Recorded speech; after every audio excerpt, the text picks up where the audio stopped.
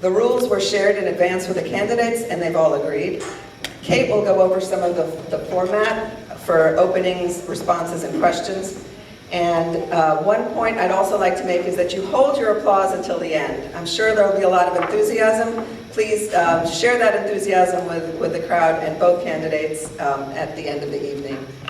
And finally, we have Ira Appleman filming tonight, who will be posted for others to see who are not available to be here tonight.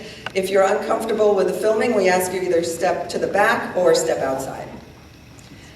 So at this point, I'd like to introduce our moderator for the evening, Kate Rosenbaum. I'd like to point out that Kate has no relation to the candidate Dave Rosenbaum. That we know. I never know. I want to see their 23andMe. My husband's adopted. So am I.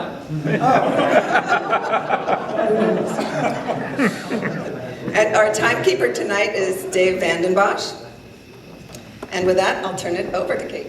Thank you, Orna. Welcome to the Mercer Island Beach Club. I'd like to thank the Beach Club for hosting us again for these lovely forums that we have. And I want to say thank you to all of you for coming to attend. I love seeing the community come out. It's great. So tonight's forum, the format has been agreed upon by the candidates in advance. They'll each have 3 minutes for an opening statement, and then they'll each have 1 minute for a response. And then we will open the floor to you for questions. We're going to ask that you form a line on this side of the chairs and just stand in line and wait to ask your question, and I will bring you the microphone.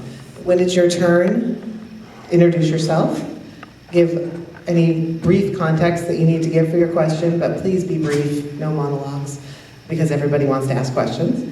And then we'll let the candidates answer the questions, and they'll each take turns going first, but they will each answer each question. So don't direct your questions at one candidate or the other. Both candidates will answer all the questions. And when it is your turn, don't ask follow-up questions. Just ask your question, wait for the responses, and if you need to ask a follow-up, get back in line, and you can ask your question when you come back up to the front. So the other thing I want to ask you to do is to turn your phones off, or your ringers, or any little buzzy sounds that are going to happen, because we are taping, and it is disrespectful.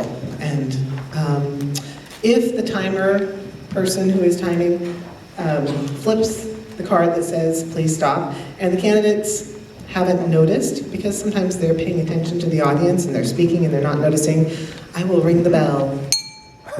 So if you hear me ring the bell, that's what I'm doing. I might not do it every time because they may stop right when they see the don't stop talking card. So just to give you a little context there. So without further ado, we flipped a coin and Daniel is going to go first. So you have 3 minutes, Daniel. Thank you. And thank you for hosting this. And thank you for coming here on a Wednesday night. My name is Dan Thompson, and I'm running for seat number 1 of the Mercer Island City Council, and I'm asking for your vote tonight. I moved to Mercer Island in 1970 with my family when I was 12. I went to Mercer Island schools, got my undergraduate degree at the University of Washington, and then a master's degree at the National University of Ireland in Dublin, returned and got my law degree. My wife and I moved back to Mercer Island in 1993. I have a daughter who's a junior and a son who just graduated. I'm running in this council race to continue what I've been doing for the last 8 years. Trying to protect our parks, trying to protect our residential neighborhood character, and trying to protect the services that Mercer Island provides in this new environment. I have been doing this for 8 years now. It started with Kite Hill, and then it moved to Mercerdale Park and Micah because I support both, and I knew that a performing arts center would ruin the park and ruin Micah. It was such a divisive time at that time. I worked with Tom Acker to stop the bus intercept in 2014. We tried to stop the council from executing the shoreline permits for light rail without a written agreement, but didn't get that done. I've been involved in the Aubrey Davis master plan. Maureen Jacobson and I read the garbage contract, discovered the hidden taxes, which would have raised everybody's garbage taxes 20%, and objected to the waivers for drive-down service for 1,900 households that have now all been abrogated or eliminated. I spent 4 years trying to figure out why our residential neighborhoods all of a sudden started to see the return of the McMansion. It took me 4 years to discover how the planning department and the council had done that and pursued it through a rewrite of the development code. I followed that up with Mark Cohen to get a tree ordinance so that you couldn't remove every tree during development, and a fair appeals and permitting ordinance. Going forward, we have one major issue, and that is going to be balancing the budgets going forward. In 2018, efficiency first meant something different than it means today. I begged the council not to put Prop 1 on the budget, on the ballot in 2018 because it could not pass. What we have to do now is realize that it did not pass, and how are we going to provide the same levels of services that we are currently providing in a new environment. And the only way we can do that is through efficiency and productivity and rebuilding trust of the citizens. Thank you. Thanks, Dan. Thank you, Lorna. Thank you, Kate. Thanks to the Beach Club for hosting us tonight. This is a great event. It's wonderful to be here. My name is Dave Rosenbaum, and I'm a third-generation Washingtonian. My mom grew up in Seward Park, and my family moved home for good about 18 years ago when my dad became the senior rabbi at Herzl-Ner-Tamid on East Mercer Way. My dad is now retired, but for someone who's retired, he's awfully busy. My wife, who is the regional director for a civil rights organization, and I decided to move home with our daughter, and our biggest regret is that we didn't move sooner. I'm running for city council because I believe in the importance and value of public service. I believe that our community is at our strongest when we're all doing our piece to pitch in. While I currently work in the private sector in communication, I spent 14 years in public service in the other Washington. I can tell you I like this one a lot better. As a congressional aide to U.S. Senator, a member of the House, and at the Transportation Security Administration, everyone's favorite federal agency. During my time in Congress, I focused on a number of issues that are critical to our community, including transportation, public sector budgeting, infrastructure, education, emergency preparedness and response, as well as public safety. I believe that my skills and background will be an asset should I have the opportunity to serve you on the council. I have extensive experience in government negotiation, working with different government agencies and achieving results for constituents. I believe we're fortunate to live in Mercer Island. We have incredible natural beauty with our 475 acres of parks and open spaces, little crime, and excellent schools. I know we can work together to enhance our community and our dialogue. While our city faces some challenges, I know that if we work together, we can ensure that Mercer Island is a great place for future generations. I look forward to tonight's discussion. Thank you for being here. Thank you, Dave. Daniel, you now have 1 minute for a response. Thank you. I don't have any response to Dave. I've gotten to know him, and I like him in this campaign.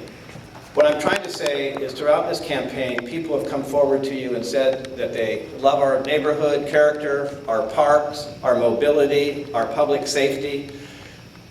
I'm trying to tell you that I have been fighting for 8 years with other citizens to protect those. That's why they're here. That is why Kite Hill is not a parking garage. That is why Mercerdale Park doesn't have a large performing arts center in it. That is why our neighborhoods don't have the McMansions now that the new code is kicking in, and residential trees, significant trees can't be taken down. What I'm trying to say is next year, the council, you better hit the ground running, and I've been doing it for 8 years. I just don't want to fight from the outside anymore. It's just takes too much time, and the council is taking too much of a political hit by not pursuing what the citizens want first and including them in the decision making. Thank you. Thanks, Dan. I have a lot of experience working on the inside of government, and I'm ready on day one to hit the ground running. These issues are very challenging, and I admire Dan's advocacy over the years. He's very passionate. I think we can all agree, and I admire that, and I think that's what I admire about Mercer Island, too. It's great to see so many people here, and we have people that really care about these issues. And I really look forward to being your advocate on the council. In my extensive experience in public service, I've always listened to a wide variety of experiences and people. I use data to make good decisions. I'm ready to be your councilman.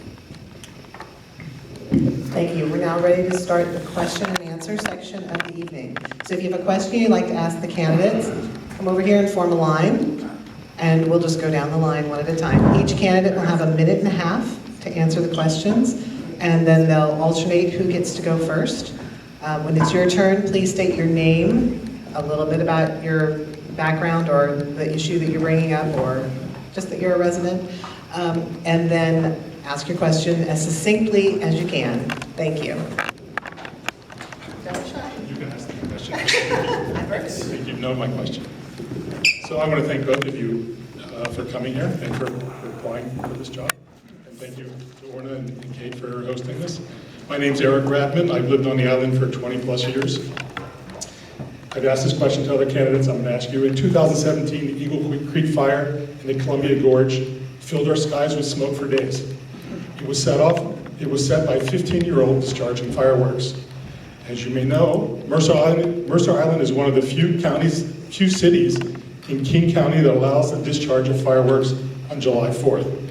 Not Renton, nor Bellevue, nor Issaquah, nor Seattle, nor Sammamish allow residents to discharge fireworks. If you want to set off fireworks, come to Mercer Island. I've been concerned about major fires on the island for years, especially on East Mercer Way and West Mercer Way, where there are steep slopes and difficult roads for our fire department to reach. Given the potential for fires, property damage, personal injury, and lawsuits to the city for allowing fireworks, do you think the benefits of allowing the discharge of fireworks outweigh the risks? Thank you. Thanks for the question. I don't know if any of you get the reporter, but 5 years ago, my house was on the cover, and it looked like it was engulfed in flames. We were up at Whidbey. I got a text message showing the Arbor Vitae hedge behind our house had totally gone up in flames from the neighbor's fireworks. Great guy, I like him.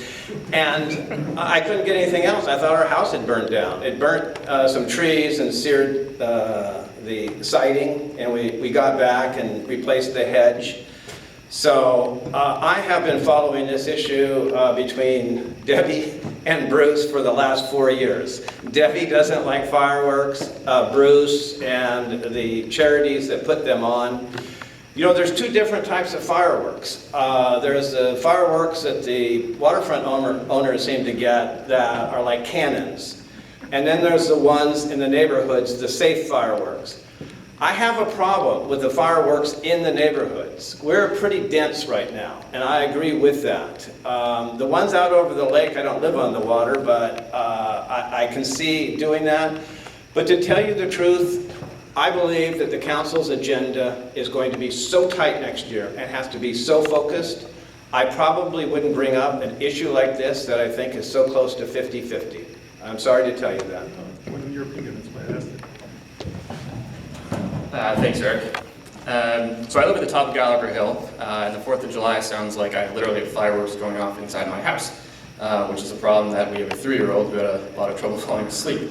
I think it's something we really need to look at. The fireworks regularly go off past the 11 o'clock deadline right now, and I think it's impossible for the police to enforce the rules unless you catch someone red-handed. I'm actually curious if they've ever written a citation for it. I'm also very concerned about accidental fires. Climate change is happening, and it is making our summers drier and drier. It's definitely a challenge that we do not need to add any flames to the fire, if you will. And a fire in a neighborhood or a park can be devastating. I think for permanent professionals, it's obviously a different discussion. I think it'd be really tough to sort of enforce a ban on one kind of fireworks and not the other, depending on where you live. One reservation I would have is that I think we really need to work with the Kiwanis Club to find a replacement fundraiser so they can continue their work in the community. Thank you. Hi, my name's Robin Russell. Thank you, Dan. Thank you, Dave, for running. So in the last 4 years or so, there have been so many projects that have seemingly come up overnight. Like in Mercerdale, most recently the bus intercept community facility zone, where the garbage contract, where the residents really didn't know much about it until all of a sudden it was a signed, sealed contract. So what would you do as city council members to inform the public, be transparent and be truthful to what's going on? Thank you, Robin. Transparency and involving the citizens in the decision-making has been the core principle of my service in the last 8 years and in this campaign. That is what is driving the division. Now, there's a number of different reasons for it. Number one, I believe that we need to permanently protect our parks, to remove that issue, and we need to permanently protect our neighborhoods, which basically comes down to no rezones and not changing the minimum lot sizes, because the council has spent the last 4 or 5 years doing nothing but land use and parks, and it has turned out very caustic. Nothing got done because the citizens fought back, but it has made no benefit. What you need for transparency is you need time, and you need to include the citizens. I talked to the council last time. Last council meeting, it was a 457-page agenda packet that was released Thursday night for a Tuesday meeting on the Aubrey Davis master plan and some comprehensive plan amendments that I had been attending for 18 straight months. So I was probably the only one who truly understood what was in the agenda, and even I could not read it and comment, and the council couldn't even have read my comments, which of course I still submitted. So we have to take time. We need fewer major decisions and changes, and we have to make the burden that the citizens consent to major changes, but we have to take the residential neighborhoods and the parks out of the equation. Where'd you go, Rob? Oh, hey, thanks for the question. So like I said before, I spent 14 years working in Congress. I participated in hundreds, if not thousands, of oversight hearings that required an immense amount of preparation. I did it on both sides. I worked with members of Congress that were asking questions and providing oversight. I also worked at an agency preparing senior leaders for testimony. I understand how important it is to do your homework, ask the right questions, and make sure that information is provided to the public. When I worked in Congress, our district had about 750,000 people in it, and we worked really hard to communicate with everyone. I believe it needs to be really a two-way street. The council needs to be listening to citizens, and I think that the council also needs to be explaining their decisions and what they think is coming up next. One thing that I want to do is I want to have coffee with your council member, and that's going to be on a rotating schedule to make sure that we're able to be accessible for everyone with the diversity of schedules that we have here on Mercer Island, and make sure that I'm available to people and they can come talk to me. I also will have a newsletter for anyone that's interested, and I can promise you that I'll be accessible to talk about issues that are important to you. Thank you. Okay. You don't have to leave some. Hello, my name is Jonathan Harrington. I'd like to thank the candidates for taking all this time, this whole campaign to do what they believe is right for the island. So on September 20th, 2019, over 7 million people around the world, mostly young people, turned out to strike for the climate. There's a tremendous amount of concern globally, nationally, and locally. There are hundreds of Mercer Islanders who participated in demonstrations in Seattle on that day. And so what I'm wondering is whether or not, I'd like to know the position of both candidates on whether or not they think city government should be involved and engaged and also invest in climate change related policies on this island. Thank you. Hold on a second.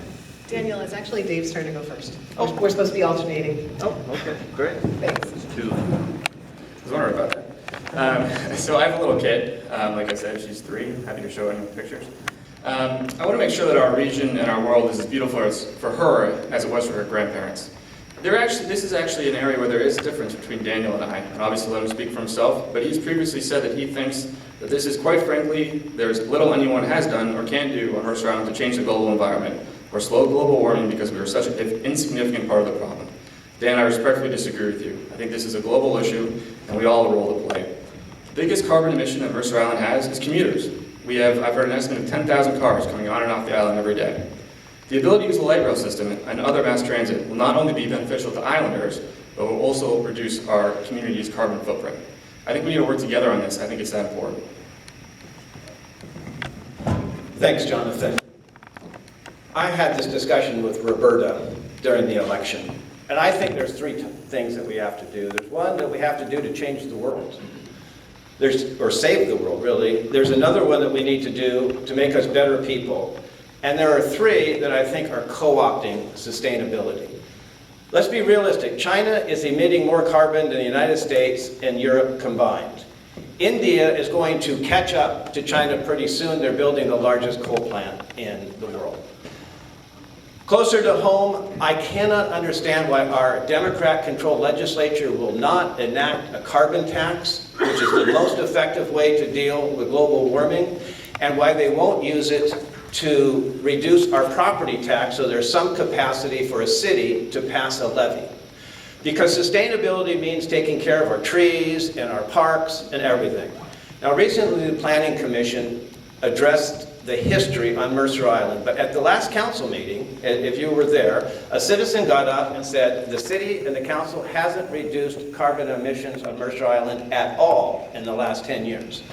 I agree with the solar panels on the houses. I think that is effective. But when people try to tell me that density and light rail is going to slow or stop global warming when we have China, we have coal plants for Puget Sound Energy, and we won't enact a carbon tax, I have a hard time taking that seriously. Let's do the serious things, things that are going to be hard and will reduce carbon emissions.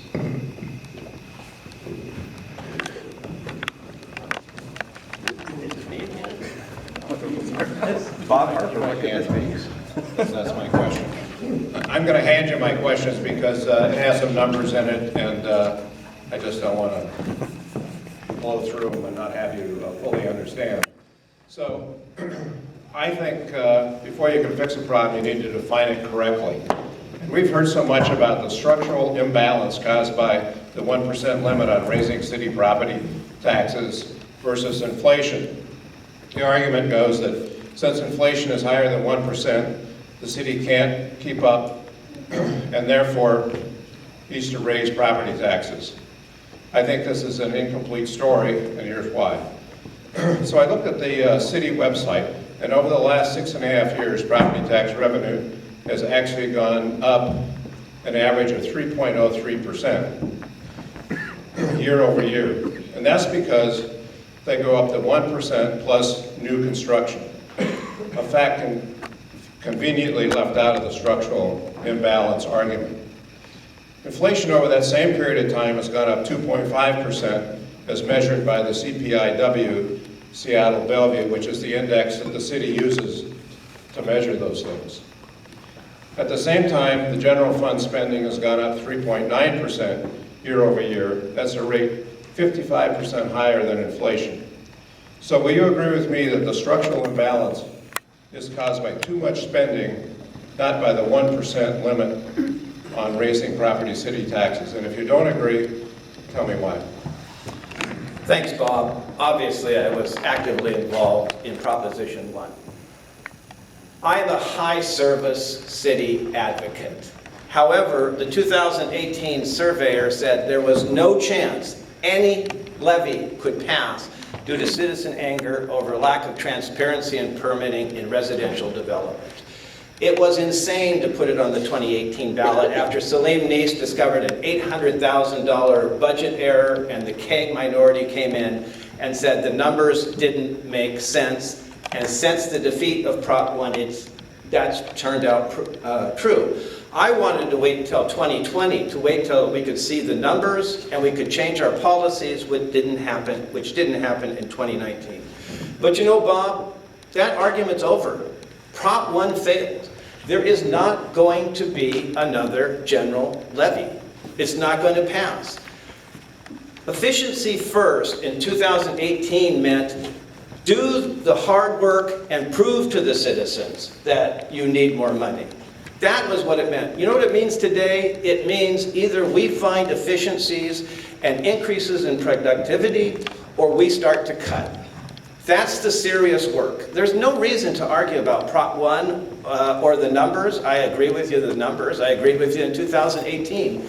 I'm telling you that that is the hard work going forward next year, crafting a budget for 21-22 that through efficiencies and productivities allows us to provide as many services as possible with the same revenue?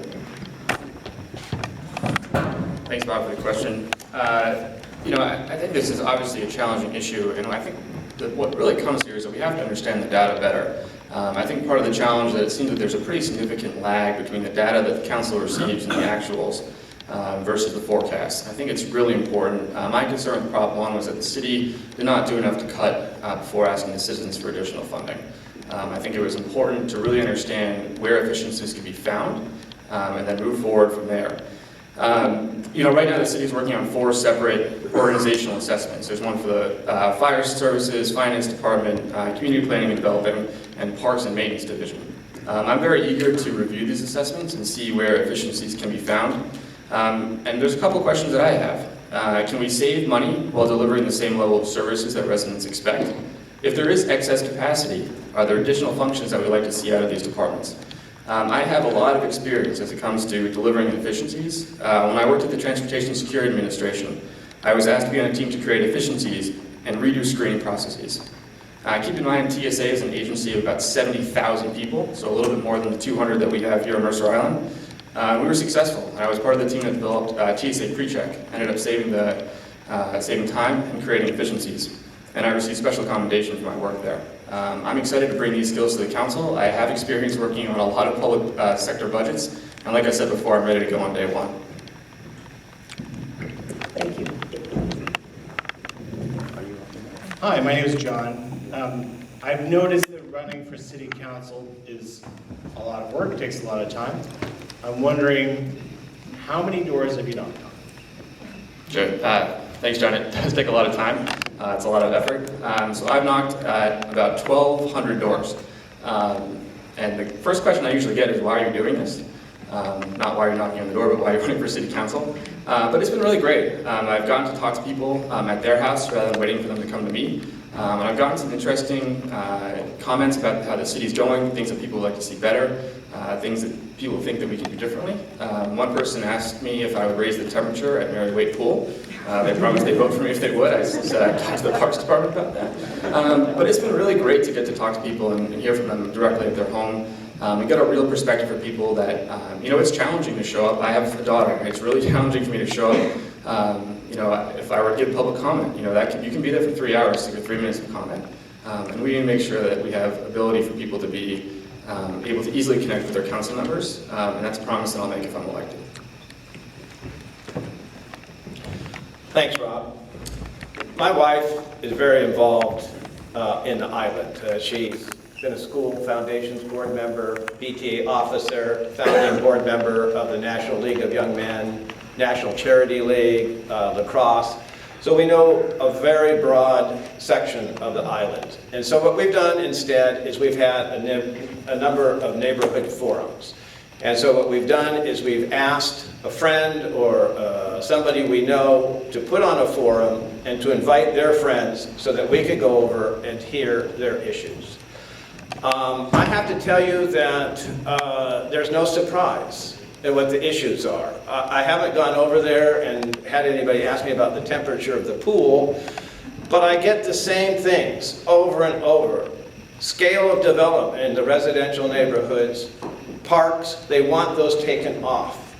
Budgets. A lot of people are feeling like they're being taxed out of their home. Where are they supposed to go? That is a big, big issue that I get from the older citizens. The other issue that I get is the town center. I think that is a very interesting issue. I'm one of the few people who wants to reopen the town center code. A lot of people don't know it. I'm one of the few people who understands it.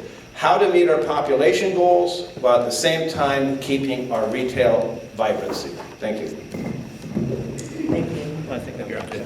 My name is Ryan Relfson. I had a question, but I feel like it's been kind of glanced off of. So instead, I wanted to ask a question on behalf of Dave Bosch, who's the timekeeper and very involved in local government. Lived on the island for 6 years. And his question is, if expenses for current services look to exceed revenue, what of those services do you plan to cut? And Dave asked that you restrain from philosophies and platitudes and instead get onto line items in your answer. Thank you. All right. Well, that goes back to my original statement. Efficiencies and productivity increases are going to reduce the amount of cuts if they're going to be cuts. One of the problems as part of Prop 1 is the city prepared budget estimates from 2018 through 2024 that showed a $28 million budget deficit. 2018 estimated a $500,000 deficit, but it turned out to be a $1.3 million budget surplus. The biggest problem going forward right now for the council is they don't know how accurate the numbers are. They asked the finance director to go back and redo his estimates, but he resigned. So next year, that is going to be one of the biggest problems. We hired an outside financial consultant to come up with different elements or possible cuts. There are 16 of them. They range from closing a fire station to Marine Patrol to cuts in youth and family services.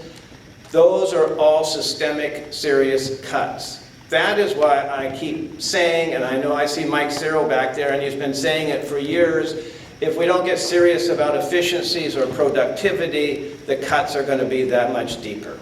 Thank you. Thanks, Dan.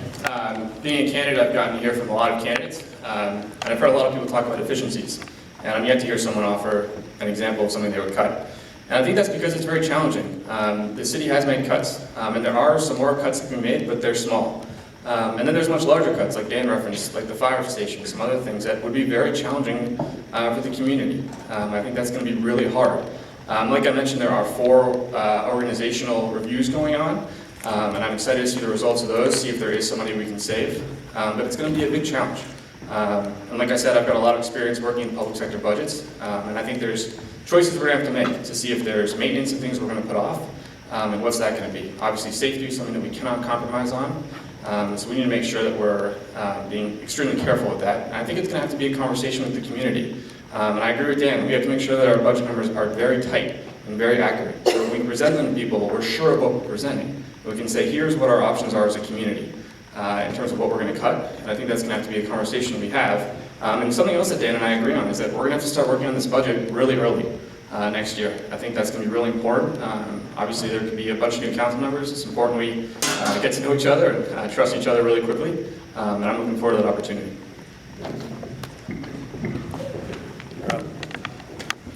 Hi, my name is Liz Friedman. I've been a resident for 15 years.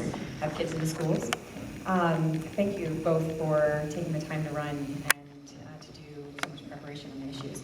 So my question is about sound transit, and we hear a lot, and it's very complex, and understand that it's very complex.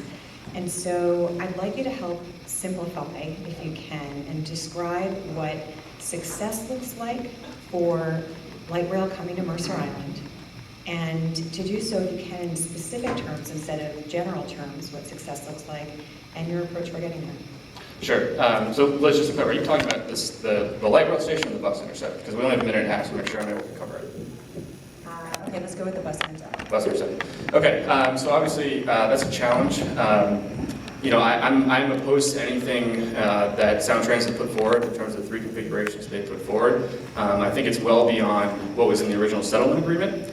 And I think the city took a right step last week when they pushed back on Sound Transit with some very strong language about this being a material change to the settlement. And I applaud them for doing that.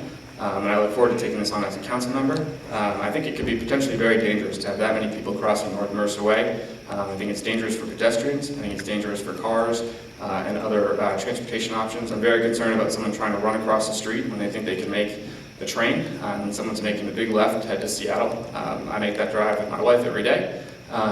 And I'll admit, sometimes I'm thinking about my first meeting. The last thing I need is someone running across the street who thinks they can make it across in 2 seconds. And I think this is an example of having someone who has a lot of experience negotiating government is going to be helpful to the city council. I've been in these rooms, I know how it works. And I will push and protect Mercer Island interests. Thank you. Thank you for the question. In 2014, our former mayor signed off on Mercer Island serving as a bus intercept, where the buses would go down 27th and back 27th. Tom Acker and SOS were quite powerful at that time, and I joined them, and we objected to it. And the mayor, and then later the light rail subcommittee, wrote to Sound Transit and said, we're not going to do a bus intercept because there is no benefit to Mercer Island from a bus intercept. In 2011, the environmental impact statement had 0 off-islanders coming to the island. In 2017, it had 800 coming to the island. And then as soon as we signed the settlement agreement, Sound Transit began to work to change it to a number of buses. Limited, improved, and optimal. And they want the optimal, and that's 20 articulated buses per peak hour, which works out to about 10 to 14,000 people per day. That is going to have huge ramifications. Another lawyer named Bob Medved and I got involved early on. I got to give real credit to Salim and Lisa Andrel, because those are the first 2 people who put the anchor in and said, wait a second, you know, we're not going to sign off on this. There were some council members who just wanted to sign off on it at the very first study session. There are 2 things that we have to understand. One is the public safety ramifications to the north end and the town center from bringing that number of people to Mercer Island. And number 2, the traffic impact.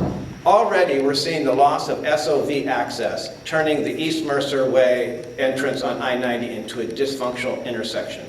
If we shut down North Mercer Way, we are going to permanently harm our town center and possible future development. Thank you.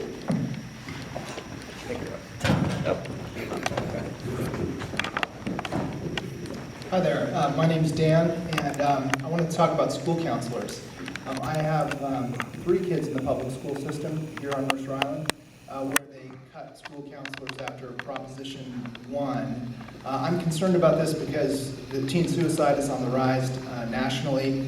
Gun violence appears to be on the rise. These things are connected, mental health and guns. So I'm curious about what your views are on this. And Dan, I'm glad you're standing up because I'm particularly interested in what you think. You said on Nextdoor about a year ago, despite hysterical posts, school counselors are not a priority for a school district. Well, what I said is before the economic downturn, the school district and the city used to share the cost of the school counselors.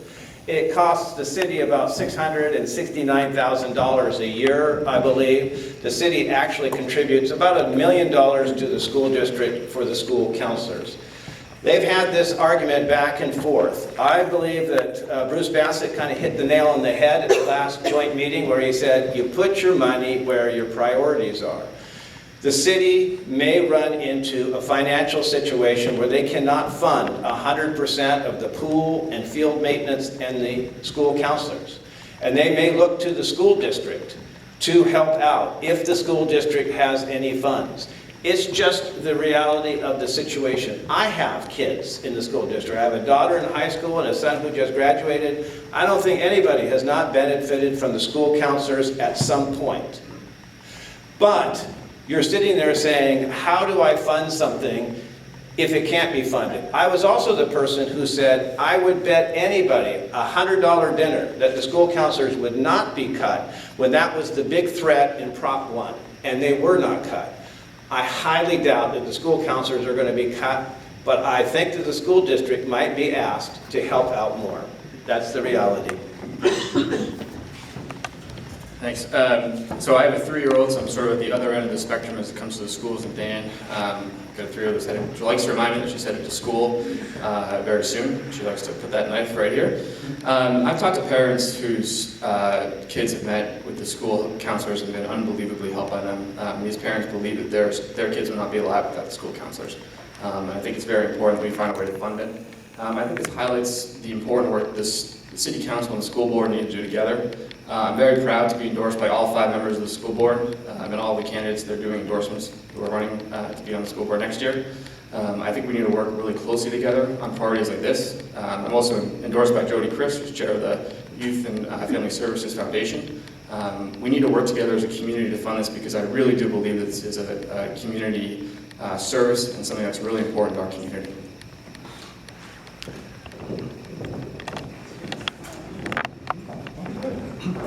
Hi, my name is Jeff. I have a question tonight. We've had a couple of questions here about priorities and values. We're at the beach club where they have private swimming for members, but at most of the island, this summer we had no lifeguards. We had 2 drownings, on the island that may or may not have been affected by the fact there were no lifeguards. We had 2 more drownings in the middle of the lake. So I had thought that after some people drowned, there would be a revisitation of some of the values and some of the priorities. Could you tell us tonight what you're going to do so that there'll be lifeguards on the island next summer? Thank you. Thanks. As a former lifeguard, I don't think I could still do it, but I do value that question, and I obviously value the importance of having lifeguards at our public facilities. It is definitely concerning as a parent to be at a public beach and not have a lifeguard there. I only have 1 kid, but I imagine if you have multiple ones, that can be really hard to keep an eye on all of them. They're all kind of swimming around there. I think this has to be a priority for us. It's obviously, we've seen the results. Obviously, there's no way to know if a lifeguard would have helped in that situation, but I think it's obviously an added layer of security. I think obviously, I don't know if it's going to be possible to reinstall them for this summer, just sort of given the way the process works. But I think it's definitely something the council should consider now, and if not now, when we get started at the end of next year, or sorry, at the start of next year. Thanks. Thank you. The school counselors, like summer celebration, were cut when the counselor was under the impression that there was going to be a $500,000 deficit, not the $1.3 million surplus. So, but I will say this, I don't think any of those drownings would have been prevented by the lack of lifeguards. So I wouldn't say that. By the time that the 2018 budget estimates, revenue was disclosed in May, it didn't come out until May, it was too late to get the lifeguards. And actually, region-wide, it's getting more and more difficult to get lifeguards, to get young kids to go out and do the lifeguards. This is another one that I predicted. I predicted that the school counselors would never be cut, but I'm also sitting here saying I would bet that same $100 dinner that there will be lifeguards next year. But I think that the real issue that the city is going to have is finding people who want to serve as a lifeguard, and that means we're going to have to prioritize the beaches, usually Luther and Clark Beach, the 2 west-facing beaches.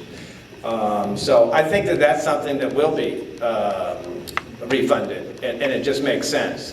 Thank you. So we have time for one and maybe another question after this one. So if you have a quick question and you'd like to ask it, I'll invite you to ask. Thank you. On the budget, you kept talking about different things that may or may not happen, and one of the ones that never gets talked about is the special interest. The city spent probably $2 million on special interest. We've given away summer celebration, lifeguards, but you don't give it away, you still fund the special interest. And I'd like to know how you guys would deal with that. Before you answer that, can you tell us your name? My name's John Hall, I'm a 61-year Islander. And on the special interest, we had the Tully's Project, CFC, and there's a couple others. You know, I think special interest is a tough label to put on it.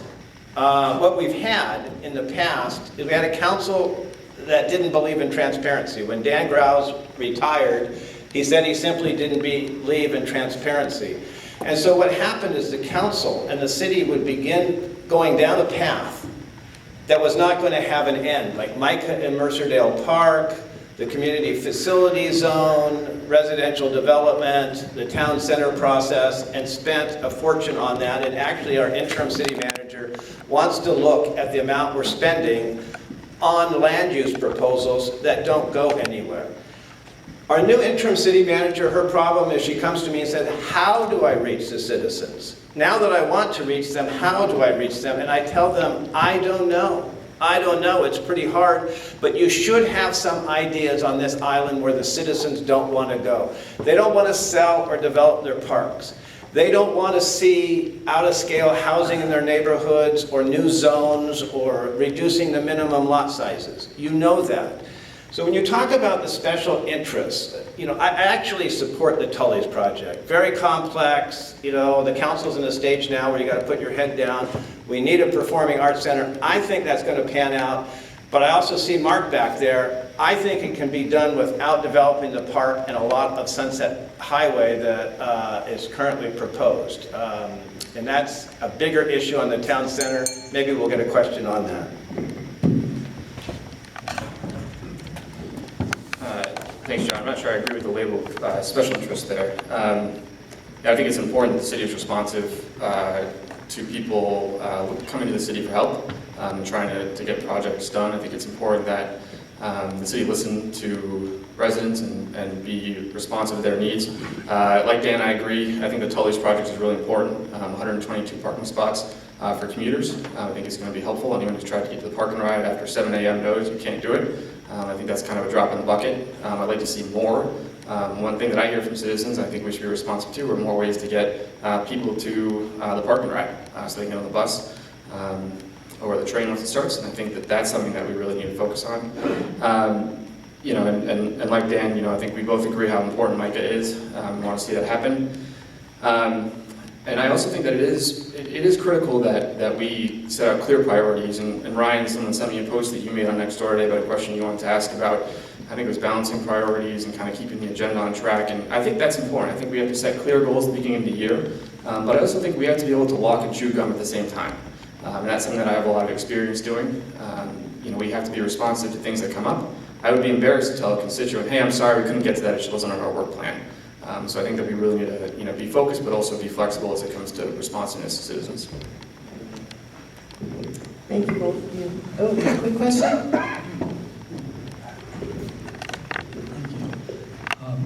For citizens in Mercer Island, access to Seattle and to the east side is critical, especially for emergency vehicles. And you know the traffic situation. The train is never, ever, ever going to solve that. In fact, the train's likely going to induce more demand, not solve the problem of I-90.